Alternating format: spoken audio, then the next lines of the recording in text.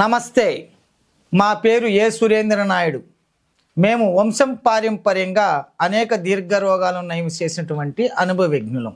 ఈ విద్య తాతల ముత్తాతల కాలం నుంచి కూడా మాకు అనువంశంగా సంప్రాప్తమైనది. ఈరోజు విషయానికి వస్తే చాలామంది బాధపడుతున్నటువంటి అతిపెద్ద సమస్య ఏంటి అంటే ఆస్మా. ఈ చలికాలం వచ్చింది అంటే వాళ్ళకు విపరీతమైన ఉబ్బసము, దగ్గు, ఆయాసంతో చాలా వరకు ఇబ్బంది పడుతూ ఉంటారు. ఇంకా ఎన్నో రకాల మందులు వాడి ఎన్నో సిరపులు వాడినా ఈ ఉబ్బస రోగం నుంచి విముక్తి పొందలేక రాత్రులంతా నిద్ర లేక బాధపడే వాళ్ళని మనం చాలామందిని చూస్తూ ఉన్నాం. అటువంటి వాళ్లకు అద్భుతమైనటువంటి కానుకను మీ ముందుకు తీసుకురావడం జరిగింది. ఇది శ్రద్ధగా వినండి. విన్న తర్వాత మీకు మీరుగా కూడా తయారు చేసుకోవచ్చును. తయారు చేసుకోలేకపోతే నేరుగా మమ్మల్ని సంప్రదించినట్లయితే అతి శీఘ్రంగా త్వరగా మీకున్నటువంటి సమస్య శాశ్వతంగా నివృత్తి చేసుకోవచ్చు.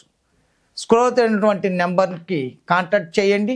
ఇంకా ఏ విధంగా తయారు చేసుకోవాలని కూడా నేను తెలియజేస్తాను. చూడండి, ఇప్పుడు దానికి కావాల్సింది బాగా పండినటువంటి అరటి ఆకులు. చూడండి, ఈ విధంగా అరటి ఆకులు బాగా పండి ఉంటాయి. ఈ ఆకులు ఇలా కొన్ని ఆకులు తీసుకొని ఈ విధంగా బాగా చింపి ఒక బాండీలో ఉంచి ఇనప బాండీలో దానికి అగ్గి పెట్టాలి.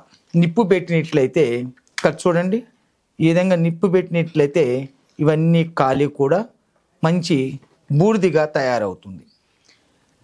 ఈ విధంగా బాగా కాలిపోయి బూడిద తయారైంది.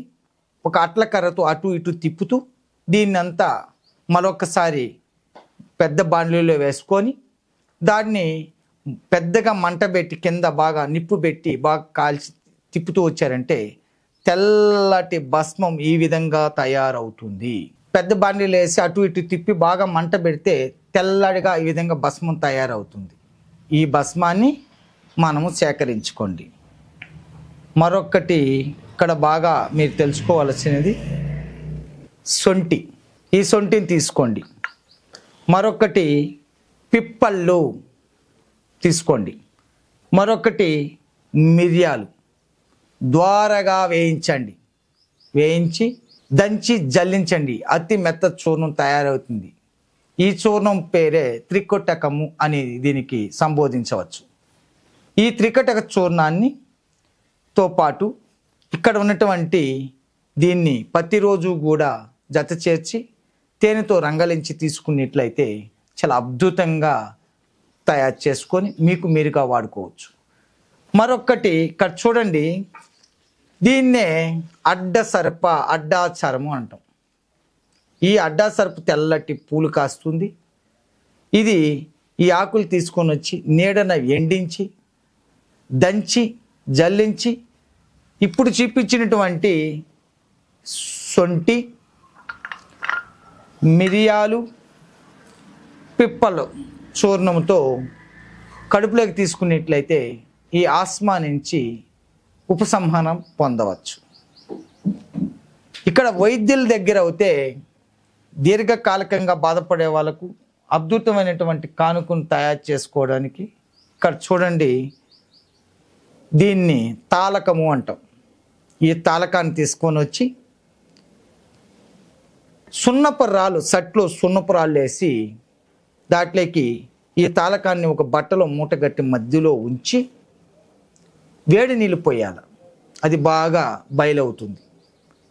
కింద కూడా సట్టిని తీసుకోపోయి పొయ్యి మీద పెట్టి మంట పెట్టి బాగా వేడి చేసినట్లయితే దీన్ని శుద్ధి చేసుకునే విధానం. శుద్ధి లేకపోతే తాలకాన్ని వాడరాదు. బాగా గుర్తెట్టుకోండి. తాలకాన్ని వైద్యుల సంరక్షణలో మాత్రమే, పరిరక్షణలోనే మాత్రమే తీసుకోవాలి. వైద్యుల యొక్క పరిరక్షణలో మాత్రమే తయారు చేసుకోవడం శ్రేయస్కరము. మరొకసారి తెలియజేస్తూ ఇక్కడ దీన్ని బాగా నూరాల. మనకు జుటపాకు తెచ్చి దాన్ని బాగా నూరి బిల్లగట్టి ఒక 10 పిడకలతో ప్రమిదుల్లో ఉంచి పుటం వేసినట్లయితే తెల్లటి భస్మం తయారవుతుంది. ఈ విధంగా ఈ యొక్క భస్మాన్ని అతి సూక్ష్మంగా ఇక్కడ చూడండి, ఎంత చిన్నటి స్పూన్ చూడండి, ఒక్క స్పూను ఈ భస్మాన్ని చూడండి, ఇక్కడ వాటర్ ఉండాలి, ఇట్లా వాటర్లో వేసుకోండి.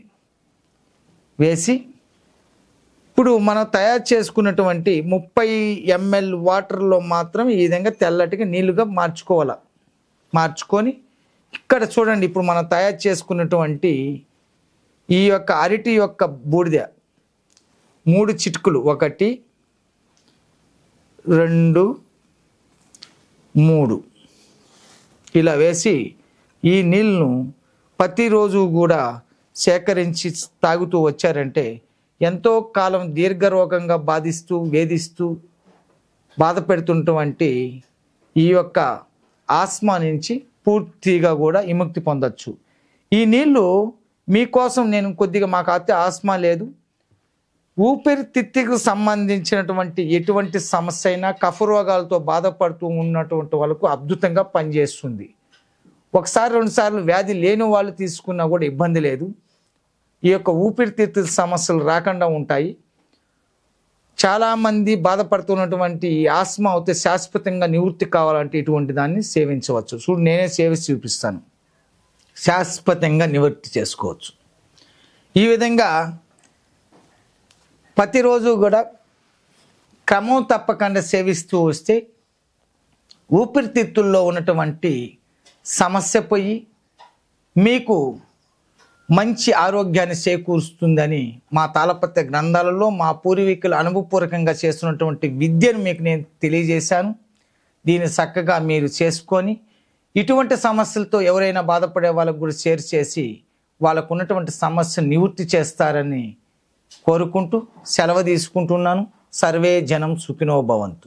ఆయుర్వేద, గిరిజన మూలిక మరియు పారంపర వైద్యం చేసే ప్రతి ఒక్కరూ మా ఛానల్ ద్వారా మీ విద్యను ప్రజలకు తెలపాలనుకుంటే మా నంబర్కి కాల్ లేదా వాట్సాప్ చేయండి. మీ దగ్గర ఉన్న ఆయుర్వేద మరియు హెర్బల్ ప్రొడక్ట్స్లను మా ఛానల్ ద్వారా ప్రజల్లోకి తీసుకువెళ్తాం. స్క్రీన్ పై కనిపిస్తున్న నెంబర్కి కాల్ చేయండి. వీడియో కనుక మీకు నచ్చినట్లయితే లైక్ చేయండి, షేర్ చేయండి. మరిన్ని వీడియోస్ కోసం మా ఛానల్ని సబ్స్క్రైబ్ చేయండి. మీ అభిప్రాయాలు మాకు కామెంట్స్ రూపంలో చెప్పండి. మరిన్ని వీడియోస్ కోసం మా ఛానల్ని సబ్స్క్రైబ్ చేయండి.